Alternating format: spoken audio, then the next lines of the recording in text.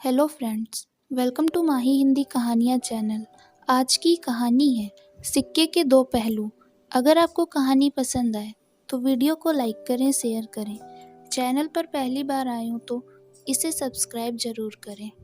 Park से घर आकर निसी गुस्से में बड़बड़ कर रही थी तो उसकी भाभी ने पूछा कि क्या हुआ निसी, तुम अच्छा खासा खुश होकर निकली थी पार्क में अपने दोस्तों से मिलने, फिर अचानक ऐसा क्या हो गया? किसी ने कुछ कहा क्या? निसी जो 2 दिन पहले ही अपने मायके आई थी और माँ तो थी नहीं लेकिन भाभी को ही अपनी माँ जैसा प्यार करती थी, इस वजह से वो अपनी भाभी से हर बात शेयर करती थी। नहीं भाभी, आज मधु भाभी मिली थी और सुधा चाची को इतने गंदे से डांट रही थी कि क्या बताऊं। और भैया ने जब रोकना चाहा तो भैया की बात सुने बिना ही अंदर चली गईं। यही मधु भाभी पहले अपनी बोली से इंसान तो क्या पशु पक्षी का भी मन मोह लेती थी और आज आखिर में 4 साल में ही अपना असली रंग दिखा दिया। इसलिए कहते हैं शादी हमेशा अपनी बराबरी या थोड़े बड़े घर और खानदान में करनी चाहिए। मन तो हो रहा था 2 थप्पड़ लगा दूं। अरे बस बस, अब चुप भी हो जाओ। बेटा वो बड़ी है और बड़ों के बारे में ऐसा बोलना सिखाया है मैंने। हाँ, नहीं भाभी, पर आपने गलत सहना भी तो नहीं सिखाया। हाँ मेरा बच्चा, मानती हूँ तूने जो देखा वो गलत था, लेकिन हमेशा आंखों देखी सच नहीं होता।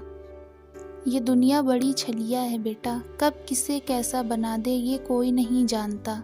मतलब आप क्या कह रही हैं कि मैंने जो देखा वो गलत था? हाँ बच्चा, तूने जो कुछ भी देखा सब गलत था।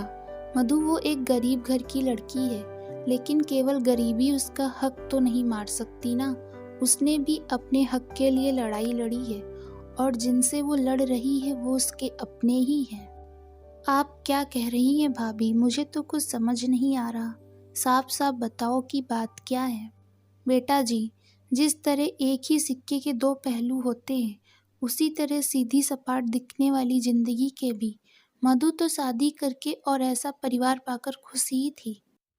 उसे तो जैसे मन की मुराद मिल गई हो, लेकिन उसका सपना बड़ी जल्दी ही टूट गया जब एक दिन उसने राकेश को किसी और औरत के साथ देखा। ऐसा नहीं था कि सुधा चाची को कुछ नहीं पता था, लेकिन कोई भी पत्नी ये कभी बर्दाश्त नहीं करेगी कि उसके गैर मौजूदगी में उसके भरोसे का नाजायज फायदा उठाए। मधु 15 दिन के लिए अपने मायके गई थी और यहाँ राकेश अपनी दूसरी बीवी के साथ मजे कर रहा था, जो कि बड़े घर की थी और बहुत दहेज लाई थी। अब मधु को कौन बताता कि 15 दिन में उसकी दुनिया लुट जाएगी। वो तो अच्छा हुआ जो वो 12वें दिन घर आई और ये तमाशा देख लिया। भाभी, इतना सब हो गया और आपने मुझे कुछ नहीं बताया, थोड़ा रूठते हुए निसी बोली। बेटा ये कोई अच्छी बात तो थी नहीं जो बताती, लेकिन इसके बाद भी मधु भाभी यहाँ क्या कर रही है? वो क्यों जाए? और हिंदू धर्म में एक पत्नी के जीवित रहते दूसरी शादी मान्य नहीं है, तो दूसरी शादी को ही जाना ही पड़ा। लेकिन ठगी तो वो भी, और उसने और उसके परिवार ने अपना नाम खराब ना हो इसलिए शहर छोड़ चले गए। बाद में एक दिन पेपर में पढ़ा कि एक लड़की ने आत्महत्या कर ली। मधु के घर वालों ने भी उसे ले जाना चाहा, लेकिन वो गई नहीं, बल्कि अब साथ रहकर उन दोनों माँ बेटे की जिंदगी बर्बाद कर रही, क्योंकि उसका मानना है कि आज मेरे साथ कल किसी और के साथ फिर किसी लड़की के साथ ये करता ही रहेगा और परिवार वाले नाम और इज्जत के चलते अपनी बेटी को दांव पर लगाते रहेंगे।